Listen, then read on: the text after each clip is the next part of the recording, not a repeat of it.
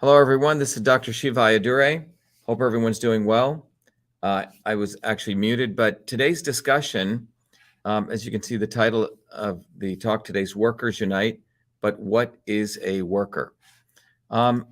Many times over the past many years, I've used the slogan, Working People Unite, or Workers Unite beyond left and right for truth, freedom, and health. But one of the fundamental questions is, what is a worker? It's a very, very important question. As many of you know, we take a systems approach in everything we do here. And that systems approach, we encourage everyone to take the Foundations of Systems course, which you can look up right on the banner below at truthfreedomhealth.com, or you can go to vashiva.com/join. It's the same URL. But in the Foundations of Systems course, we educate people on how we can intersect the aspects of the human desire for freedom, freedom of movement, freedom of speech, the human desire to find the truth, the scientific method, and obviously, pretty much everyone wants to live a long, healthy life, health, and how these three things intersect and how they actually affect pretty much everything in our existence. So as a part of that movement, we've created the Foundations of Systems course. Every Thursday, for example, tomorrow at 11 a.m., and at 8 p.m., we have an orientation, which I recommend everyone to attend. I run the orientations. Okay. And I'm going to put this at full screen. John wants it at full screen. There you go. So we do that, and you can go to vashiva.com/orientation to sign up. All right. But today's talk is really going to be about what is a worker. So what is a worker? Let's look at a couple of definitions. Well, according to the Oxford English Dictionary, a worker is someone who works, a person who works, especially one who does a particular kind of work, okay? So it's an interesting definition. It's a person who works. Actually, they do something. So it's not someone who goes to work and does not work, but actually someone who works. And someone who does a particular kind of work. Kind of work seems to imply some set of skills or some process, etc. Okay, so that's the Oxford English Dictionary's definition of work. And their definition of work continues to say to do something that involves physical or mental effort, especially as a part of a job. So you're involved in some enterprise, some organization, a job where you're working in, where you're getting a salary, where you're selling, essentially getting wages. So that's the Oxford English Dictionary's view. In physics, if you were to take a physics course, some of you may have, work has a very different definition. Work literally means moving an object or some mass a certain distance. And in order to move that mass a certain distance, you have to apply a force. And so you apply a force and that object moves. And that's on the left side, you'll see an equation for work, force times distance. Or you can look at it as the integral of moving something from point A to point B. And I'm not going to get into the math here, but it's force times distance. So here's a guy who literally is moving an object. He's applying a force of 700 newtons, which is force. And he's moving at 2 meters. So you would say 700 times 2, you get 1,400 joules, okay? Work is measured in energy. So how much energy was expended? So if you go to work, and you expend a certain amount of energy doing that work, mental or physical energy, expending mental or physical energy, that is defined as work, okay?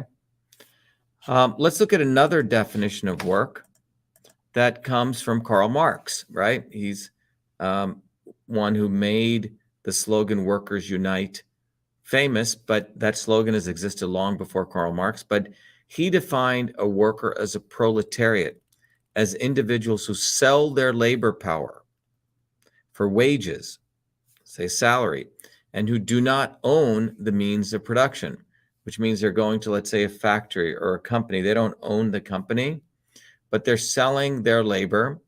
And he argued that they were responsible for creating the wealth of a society, okay? So that's typically what some of you may have heard about when you use the word proletariat in the Marx definition, all right? A lot of people don't know that there was another definition Marx also gave. what he called the non-worker, okay? And he used the word lumpenproletariat. And Robert Broussard gives his sort of translation of that from what Marx called the lumpenproletariat. And the lumpenproletariat are essentially a parasitic group. They act out of self-interest.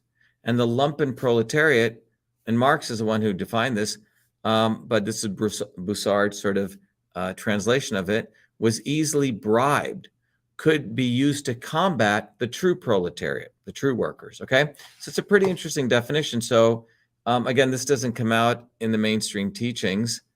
And by the way, one of the things I want to say is that Karl Marx and Adam Smith were contemporaries. They were actually very similar. They were actually classical liberal philosophers. And 90%, 99% of what Marx really talked about was really about capitalism. He only wrote very little about communism. So that's something important to understand.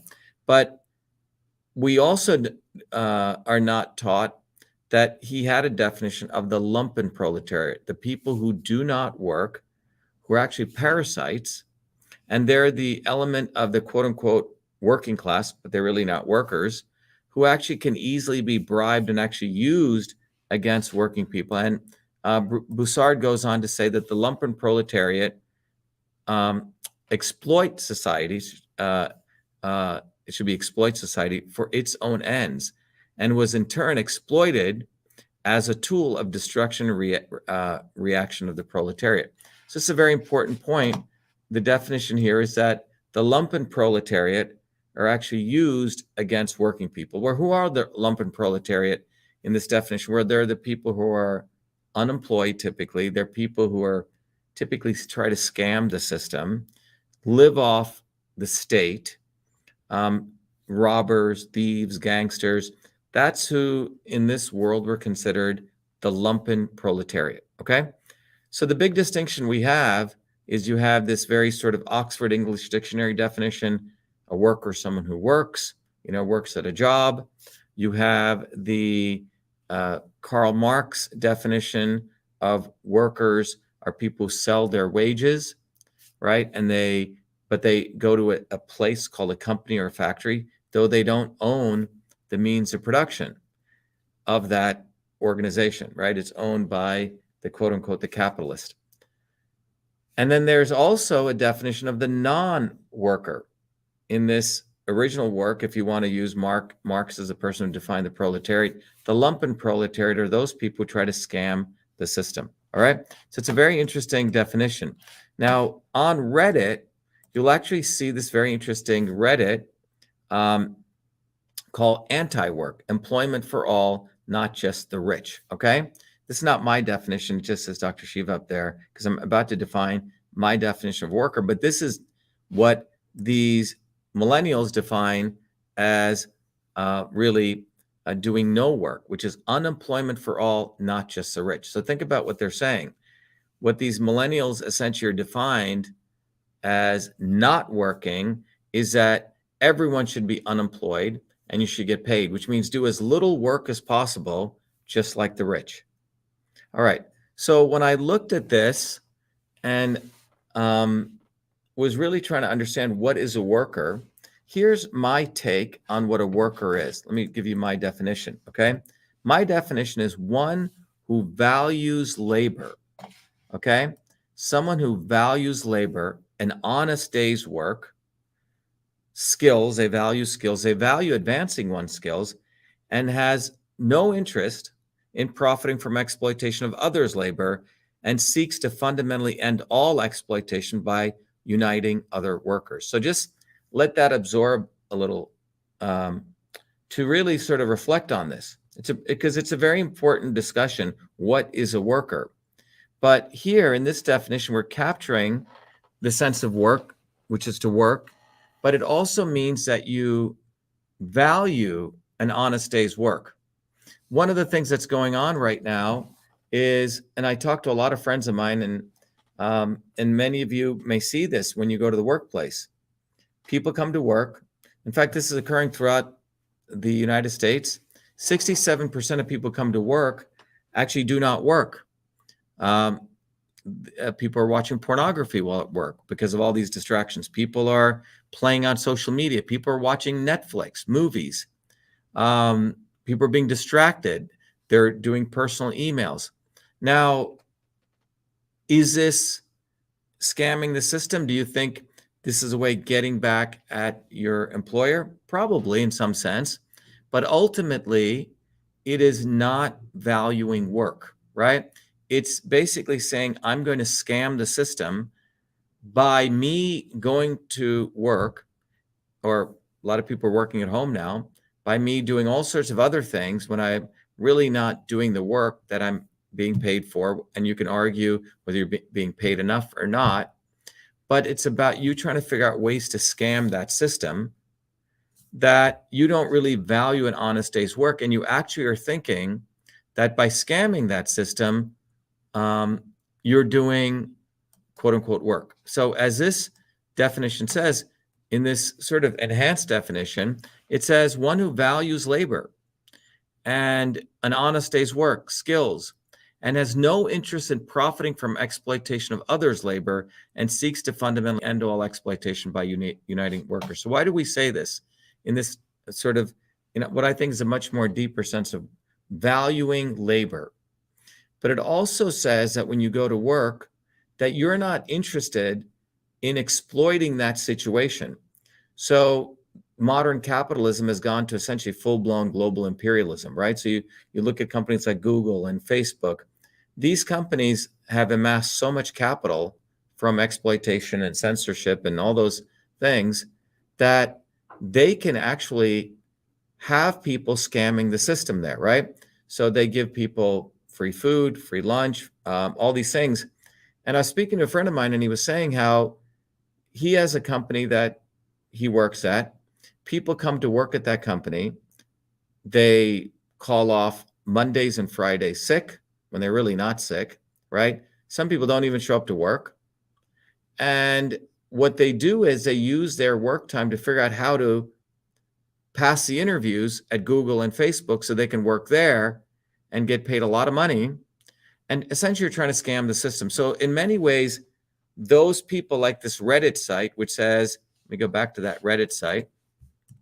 It's very interesting to look at.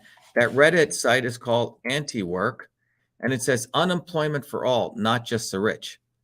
So that concept basically is saying, don't work, be unemployed, and take as much as you can. In my view, that is essentially exploiting an exploitative system for one's personal self-interest. Okay? Is that being a worker? Is that really valuing work? What it's really doing is, someone says, are all rich not working? Obviously, that's not true, okay? Because there are people who start a company, they work, they build a certain amount of value. But I think what we're seeing here is that when you start looking at monopoly capitalism, where we talked about this with the baby shortage, Mead, Abbott, and Nestle, there are these massive conglomerates in the media space, social media space, Facebook, Google, Twitter. And in fact, there's a video that came out of a Twitter employee saying, hey, we come to work and we try to work as little as possible. In fact, we don't believe we should have to work at all. Well, so what's happening is, because you have the imperialist nature of capitalism, what we live in is really not sort of what capitalism originally started out as, that you have massive monopolies that have been created, where you do have this phenomenon where those companies are essentially making money off their monopoly situation. And like we talked about Abbott and Mead and Nestle in one of my earlier talks when we were talking about the baby formula shortage. So those companies have so much capital because of the collusion between them and government. They've created a monopoly situation that, frankly, they could probably have people play ping pong all day and only a small set of people work because they own so much of the market share. They can get away with that. Now, what does that do? Then you have a lot of these small companies, young companies, entrepreneurs who are starting. They hire working people. They see this phenomenon going over here with working people sort of scamming quote unquote working people scamming the system at these large conglomerates. And they're saying, hey, I'm going to go to work and I'm not going to do a lot of work. I'm going to watch TV. I'm going to, do other stuff while I'm at work. Maybe I'll only work 1 hour. And they think by doing that, they're being very clever. And what that's doing is actually exacerbating the situation. In fact, at my friend's company, says people come there. This company has a data center that needs to be managed because they don't want to outsource to Amazon's data center. Anyway, because no one's working, he said, we had to get rid of our data center. No one was managing it. And guess what? We had to outsource to Amazon. So the company essentially because of the fact people weren't working, their own IT people weren't working, their data center weren't kaput, they couldn't manage it. So the small company, which was trying to build its own data center, had to outsource their data center to Amazon, big, massive conglomerate. And then the competent IT folks essentially go to work at Amazon. So what we have going on is that the advancement of real bottoms-up wealth creation occurred when entrepreneurs were out there building these small startups. They could hire people who actually wanted to work and contribute, and everyone productivity went up, everyone wages grew. But under the current imperialist model of capitalism, you have a few large monopoly companies, and the smaller companies, because of the lumpenproletariat that are developing, and we see this everywhere. You see it all over the world. A friend of mine has a company, small company in India, and he notices people come to work and they're literally not doing any work, and they're literally watching movies at work, in fact, porn at work. Same there and same in the United States. And these same guys will show up and say, well, I worked so hard, I'd like a salary increase. The guy didn't work at all. So you have this phenomenon at these small companies are struggling against trying to compete with big guys. You have this lumpenism that's taking place, the lumpen proletariat. These are not workers. These are people who have in their head that if they can get a piece of the exploitative action, right? They're saying, wow, look at the rich, the quote unquote rich, quote unquote, very super monopoly capitalists, imperialists are making so much money. I just want a piece of their action.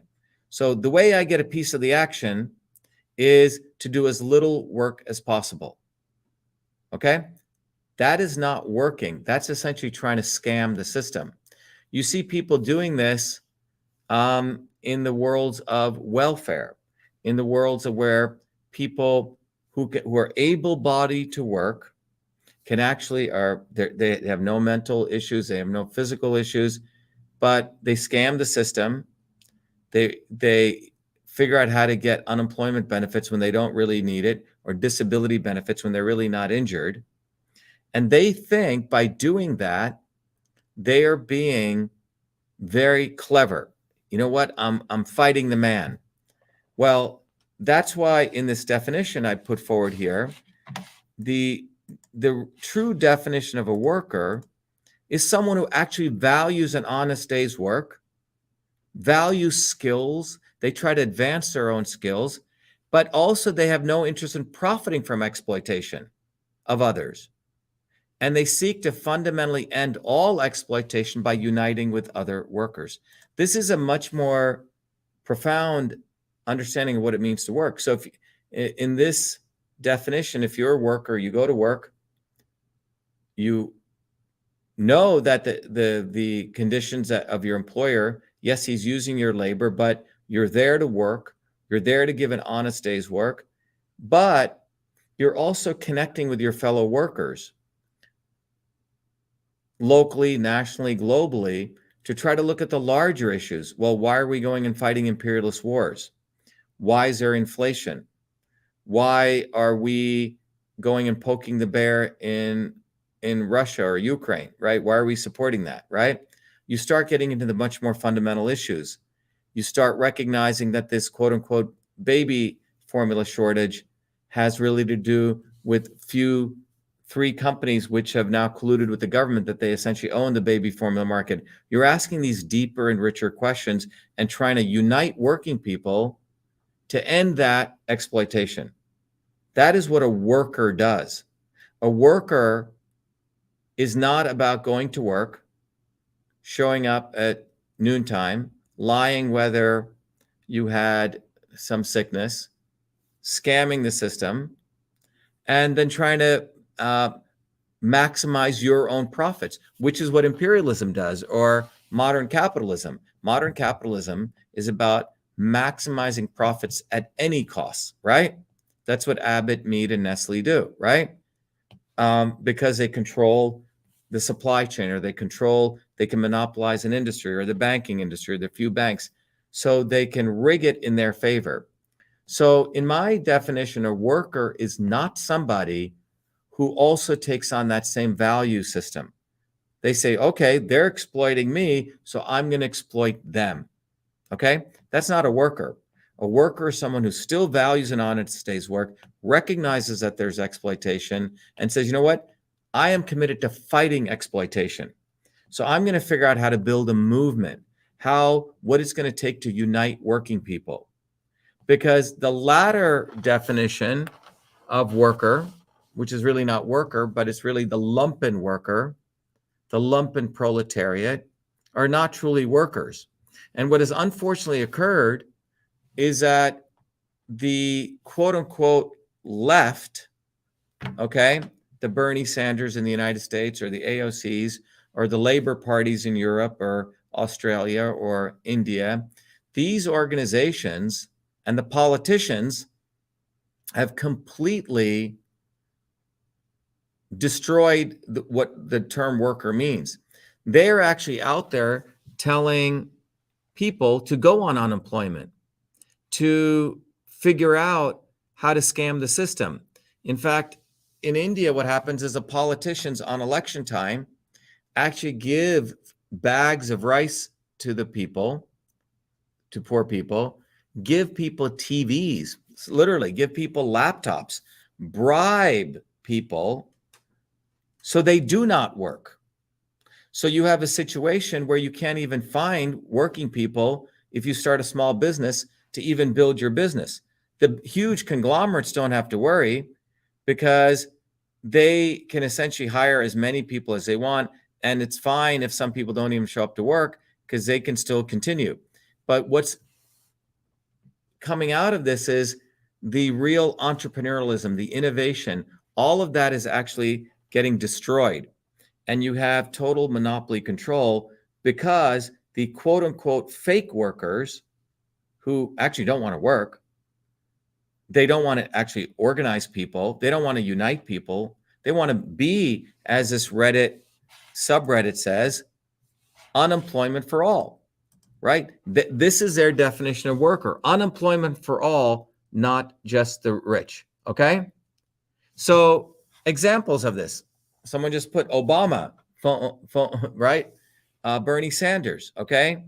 AOCs. Most of these politicians, celebrities, and all these people do not really, quote unquote, work, particularly politicians. What they're doing is they're going to poor people and telling them not to work, go on unemployment, but vote for me. So we're creating a whole strata of lumpen proletariat. Can you say that word? Lumpen proletariat. John, you may want to put that up there, what that is. Lumpen proletariat is not a worker, okay? That is not a worker. Lumpen proletariat, let's put it on here. Maybe lumpen proletariat, proletariat is not a worker, okay? So we need to get our definitions clear, okay? A worker is someone who values work, goes to work, and based on the conditions there, if they don't like those work environments and they think something's wrong, they're actually going to try to organize workers, right? They're not going to try to scam the system. They're not going to be watching, and literally this is happening, they're not going to be watching Netflix movies while at work because all they're focused on is their personal self-interest. So that it's very important to understand this definition. Nikolai Bakunin, who is another revolutionary theorist, he said the non-workers, a lumpen proletariat, lack discipline and they have the impotence to construct anything new. Okay, very important definition. Working people actually want to create a new society. They want to create a better world for others, right? For their families, for their children. The lumpenproletariat, the non-workers, want to scam the system. They, in fact, have no interest in uniting working people. And most importantly, they will actually be used by the elites against working people.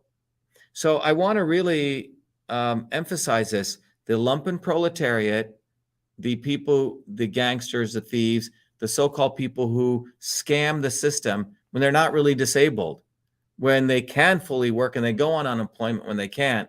This strata of people, which is, by the way, growing, and who scam the system, are the ones who will be used by the elites against the people who are the hardworking people. All right? And that's what I think we should be aware of. So when we say working people unite, we don't mean those working people. And I wanted to make that clear because some people are confused and they think when we mean working people unite, that means let the lumpen working people unite, let the scam artists unite, let the thieves unite. That's not what we mean. We mean hard-working people who actually value labor. John, are there any questions out there we can answer? So any questions? Liberty says, Dr. Shiva, I want to suggest that you do an evaluation of the current farmers' protests in the Netherlands. Thank you. Yeah, in fact, I'll do a coverage of that next week, but it's I'll talk about that. What else? Someone said, no, they do not work and they have no customer service and all they want to do is punt you or the problem away. Who's Justin talking about, John? He was talking about the lumpens. Yeah, that's right. So it's very interesting because a friend of mine works for a very large government organization, and she was saying that, and you know, she does a lot of HR work there, and she was literally saying that among the thousands of employees there, how many people in that group literally don't work. And so what they're doing is they're firing these people who don't work, who actually don't work, and they're consolidating their activities among less and less people. And they're finding more work is actually getting done, and they're taking these other people and promoting them. And there was just a report that came out that said that in the next few months, 6 months to a year, we're going to see a lot of layoffs of white collar workers, because many of these companies are finally waking up and they're saying, hey, I hired all these people and they're actually not working. And we're not talking about the blue collar workers like the plumbers, the electricians who actually have skills, but there's this whole strata of people who actually do the most minimal amount of work. And like Justin says, they don't really want to service anyone. I mean, try to call one of these companies up. You'll get someone on the phone who really doesn't want to serve you, who forgets where their money is coming from customers, from products being sold, from the real rich entrepreneurialism. And they just want to, as Justin says, they just want to punt you and the problem away. So it's a very interesting world to be in, where we're seeing there's a strata of the lumpenproletariat are literally devaluing what it means to do work. They have no interest in working. And for those of us who actually work, care about building a new society, want working people to unite, we have to recognize that this lumpenproletariat are really our enemies. So I wanted to do this talk because I'll be bringing up why working people should unite. Our movement for truth, freedom, and health, our slogan is, you know, beyond left and right, working people unite for truth, freedom, and health. Beyond left and right, working people unite for truth, freedom, and health. The lumpenproletariat actually want to collude with the elites. They really have no interest in working. What they want to do is, as I read it said, they want to not work like the elites do, okay? They want to essentially exploit the system for their own benefit. What else, John? Alexandra Helling says the union meetings are only attended by the good old boys. Funny things, they're Democrat voters.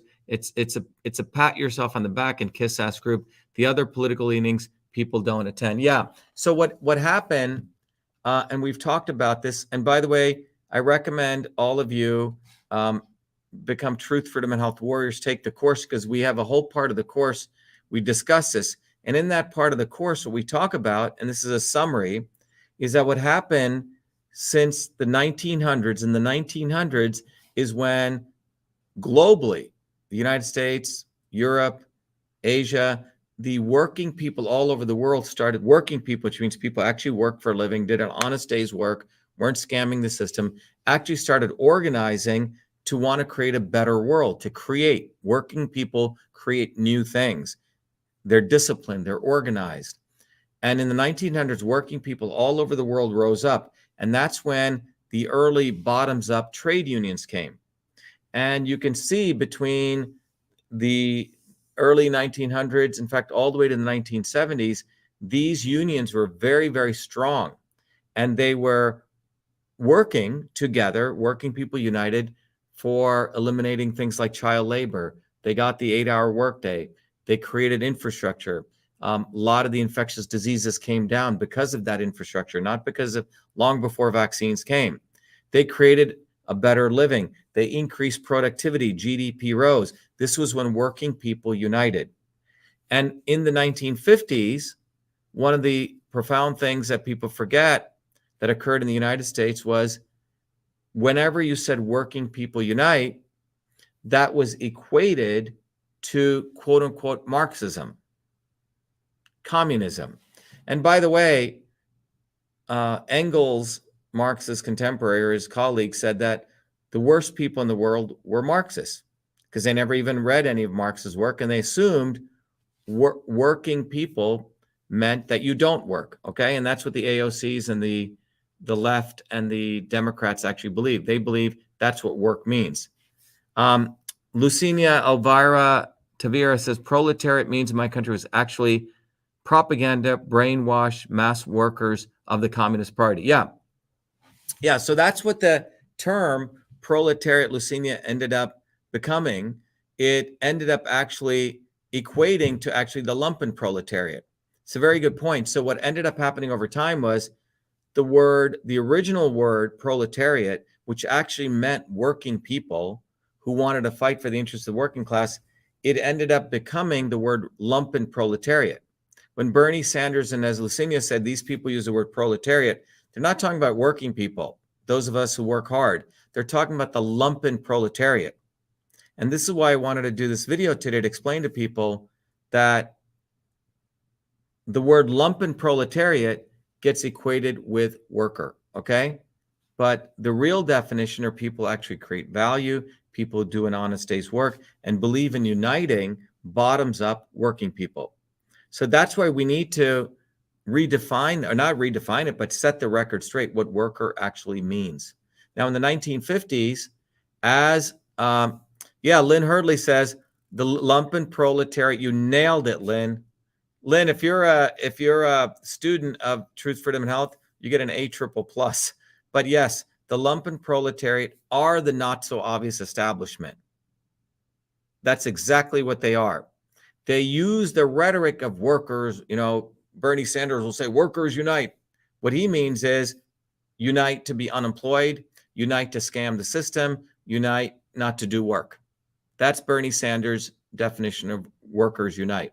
Our definition of workers uniting bottoms up, not top down from politicians. So we need to reset these words. But anyway, in the 1950s, as real working people are uniting bottoms up, the US government, led by the right wing, branded anytime you said workers unite to equate with communism or Marx or Karl Marx, what someone said, those brainwashed masses. And this gave the opportunity for the left to take control of those unions and control them top down. So the vibrancy of bottoms up workers movements, those legs were cut off by the right wing, branding those people as quote unquote communists, and the left wing taking over those workers movements and really supporting the lumpenproletariat. So by the 1980s, so during 1900s to 1970, we had a vibrant bottoms-up movement globally. But by the 1970s, globally, all of these workers' movements were taken over by politicians and the so-called left top-down. And anytime a bottoms-up workers' movement came up and took up the slogan, Working People Unite, it was automatically branded as communist and equivalent to Marxism. All right? So this is the dialectic that got created. And so by the 1970s, all the unions, essentially globally, were taken over by the labor parties or the democratic parties top down. And between 1970 to today, we don't have any more bottoms-up workers' movements. We have lumpenism. We have unions which have essentially become wings of both parties, okay? That's what they serve, the interests of the elites. And then you have these millennials who go into the workforce and they don't actually want to work. And not only millennials, others, they think fighting the man is not working in the workplace and exploiting the system. So anyway, that's where we're at. So when we say working people unite, we mean something very different. It means working people, understanding to begin with the foundations of systems. We want to teach people how to build a bottoms-up movement. We want people to understand the theory, like I'm sharing with you here, what it means to be a worker, what it means to build a bottoms-up movement. We want people to understand that workers' movements bottoms up have to integrate the fight for freedom. We have to fight against censorship. We have to fight for free speech. That's freedom. That has to be combined with fighting for real science. So truth can emerge, but you cannot have real science, truth, without freedom. So workers' movements, bottoms up, have to fight for free speech. We have to fight for real science, and we have to fight for health. Because without health, working people don't have the strength to fight for freedom. They don't have the strength to fight for truth. So this is where we're at. We're at an important point where we need to take a couple of steps back. We need to get theory understood. What does it mean? What is a worker? What does it mean for people to unite? And those of you who have gone through our Warrior program, Warrior Scholar program, where you're at is not sufficient that you just learn the theory. You have to also become activists. We have tens of thousands of people globally who've gone through our program, but learning the knowledge isn't sufficient. You have to now also serve. You have to teach others this. You have to get off your butts and organize people bottoms up, okay? And in closing, I want to invite all of you tomorrow at 11 a.m. and at 8 p.m. Go to vashiva.com/orientation and please join me because we'll continue this discussion and you RSVP and we'll send you out the links to join us. But our goal is to really build this bottoms up movement. And the only way that can be done is for people to get theory correct and why we need to build this bottoms up movement, why we need to intersect the movements for truth, freedom, and health. And really to get clear that we have to value real work. You know, we shouldn't try to scam the system. We should value those who have skills. We should value those who go put an honest day's work in. We should really despise those who try to scam the system. And when people can actually work and they're unemployed and they can actually get out there in the workforce. And when I mean get out in the workforce, I mean be a vibrant member of society. We want to support that. And we want to really recognize that these people who want to scam the system are really not our fellow workers. Mark my words, when push comes to shove, they will become part of the elites against everyday working people. So I hope this was valuable. John, is there any other comments or questions? And we want to thank somebody for your very nice donation. Thank you. Some people, Gail Espresso says, some people start out being lumpens. However, others started out truly enthused and wanting to do something and were interested, then got worn out from being devalued, repeatedly getting nowhere. Yeah, Gail, so you bring up a very important point. Very, very important point. A couple of weeks ago, I did a presentation on the 4 buckets that the establishment wants people in. One bucket is to be in the left wing, right? Another bucket is to be in the right wing. Another bucket is to check out, like you say, get worn out, get, lose any interest and just sort of not do anything.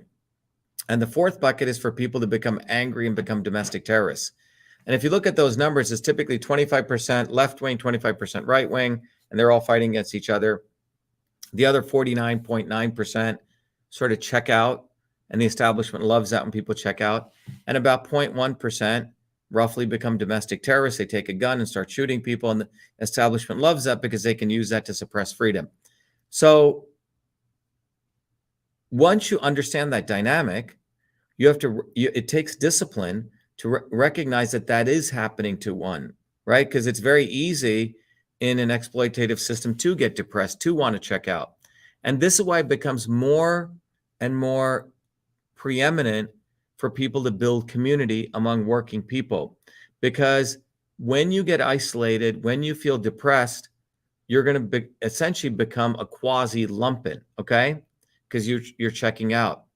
And that's why the movement for truth, freedom, and health has created this infrastructure. It's created this environment, the educational environment, the technology environment, the community environment, so people don't get disenfranchised mentally and emotionally, that people recognize there are other people out there that you can connect with, that you can be part of a vibrant movement, that we can have a sense of not only positivity and hope, but realize there's a lot of people out there who are getting this.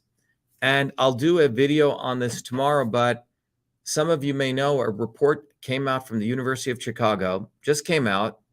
It's interesting, a lot of the major media is not covering it, but it said that 25% of Americans, 25%, and they surveyed 1,000 people across all political spectrums, want to take up arms against their government, 25%. And the report also said that a polarization has been created where by the media, by the left-wing and right-wing media, to polarize the working class. Now, they didn't say working class, I'm telling you that. But what's happened is the media and the establishment want to create a civil war. They want working people fighting against each other. And the lumpenproletariat will be part of that. The lumpenproletariat will be coming after everyday working people, part of that civil war. So what's happening is the establishment has created conditions where they want a civil war. They want working people fighting each other. And the only way out of this is to, first of all, understand history, understand what is a worker, why we need to build a bottoms-up movement. That is why the movement for truth, freedom, and health exists. It's the only movement of its kind on the planet. And I, want to offer all of you the opportunity to take advantage of this infrastructure that we've built. And in closing, I'm going to play a quick video that I always like to play, which really puts it in context where our movement came from and why it's important that all of you take advantage of this infrastructure if you seek to, because it's really a movement for you. In my view, it is the only way forward. Otherwise, we will be serving into the hands of the lumpenproletariat and the establishment by going and fighting each other when there's no need for it. So thank you, everyone. Let me finish up with this video. We have allowed our country to be taken over from within, and the end goal is you will have a homogenized world where we will become slaves, because there is a condition among the elites that really thinks they're better than you, deep down inside them, that you don't deserve the freedoms you have. They don't. This reality is what people need to wake up to, and we need to all unite working people. There's only one movement that can do that, and that is the movement that we started creating here in Massachusetts, the movement for truth, freedom, and health. Look, I've been a student of politics since I was a 4-year-old kid, studying revolutionary movements, left wing, right wing. There's a physics, there's a nuclear science to destroying the establishment. To build a bridge, you need to understand Newton's equation. You need to understand the laws of gravity. You need to understand Poisson's ratio. There is a way to build a revolution, and that's why I put this together. My goal is to train an army of truth, freedom, and health leaders. We don't need followers like social media. We need leaders, but they need training, because the educational system does not teach them history, nothing. So in 3 hours, that's what I've started doing. That's the solution. We got to train people. First, with understanding what a system is. The second is understanding the interconnection between truth, freedom, and health. Freedom is the ability to move freely, communicate freely, right? Talk freely. Without freedom, you cannot convert ideas, hypothesis into truth, which is science. And without freedom, you can't really get to truth. And without truth, you make up fake problems and fake solutions, which means you destroy our health. And without health, which is the infrastructure of us and our body, you can't fight for freedom. Third concept is it has to be bottoms up. Working people, people who work uniting. And what the right wing has done is whenever you say working people unite, that must be communist. Meanwhile, they've let the Democrats run unions, which suppress workers. Completely corrupt. But when you look at the arc of American history, it's been when working people came up. We need to go local. Every solution I'm coming up with as a part of this movement, we're giving the science, which is the truth, and then we tell people what they can do on the ground. Like with election fraud, you don't need to wait for some lawyer. Our goal is to train people, Dave, to go local, to go local, to go local, fight locally. Forget lawyers, forget politicians, forget celebrities. You got to learn politics, and there is a science to it. They lock us down, we should be ready to shut them down. And the fourth part of this principle is a not so obvious establishment. So when you look at a system, there's always something that disturbs you from getting to your goal. Well, the biggest disturbance is a not so obvious establishment, which are those people who claim they're for you, on the left and the right. The Al Sharptons who tell black people I'm for you. The Tucker Carlsons. Do you think any true anti-establishment person will ever be on Fox or CNN? I don't think so. They both mislead working people back into the establishment. Without this solid understanding of political physics and theory, you're screwed. You're going to follow on the left wing, Bernie Sanders. Oh, he said something. Or Robert Kennedy. Scumbags. Or you're going to follow, some right-wing talk show host. They're not going to lead us to liberation. It's us. And that political physics, it's a nuclear science of change. Bottoms up. We have to organize to understand that there is people who talk a good game and then look at what they actually do, left and right. I'm sorry, Sean Hannity may say some good things, but I don't see the urgency in his voice to get something done. And it can only come when you weaponize yourself with the right knowledge. You need to be able to identify a rat. Christ didn't go after the Romans, right? It was the Pharisees and the Sadducees who screwed him up. His own quote unquote people. And that's where we're at. So these four concepts I've built into a curriculum. People can go to vashiva.com. And it's an educational program. We need to train people in political theory. You need to have physics. And I've created that curriculum. People need to get educated. We need to get educated fast. And within a half an hour, I can teach people. 2 years of MIT control systems, I teach people those concepts. Then I apply it, anyone can understand it. And then you say, oh, I got to build a bottoms-up movement. They have to get politically astute, and then they have to go locally and act, not sit there on social media. They have to act locally, defy locally, do civil obedience locally, but with knowledge on how to build a movement. And the Senate campaign's expanded to the Movement for Truth, Freedom, and Health, and they can find it on V as in Victor, A, Shiva, vashiva.com, so people can sign in. They can get access to a bunch of videos. If they want to take a course and become a Truth, Freedom, and Health leader, I offer a full scholarship there. But we want people to make a commitment that they'll study, that they'll get certified, that they'll go do activities on the ground. So go to VA Shiva, Victory America Shiva, vashiva.com.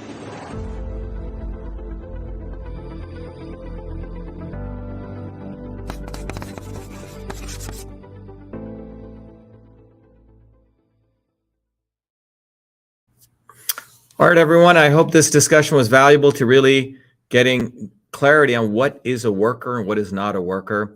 I invite all of you to join our movement. Go to vashiva.com/join. And by the way, when you take the course, which is only one part of it, and when you go to the website, you'll see all the things you get. After you pass it, you have the opportunity to be a philanthropist and give the course to young people and as many people as you want. We want to make adults really become the people who bring this course to others. So anyway, please join for your own benefit and for working people uniting, and also come to the orientation tomorrow. Be well, have a good night, and I'll see you guys tomorrow. Thank you very much.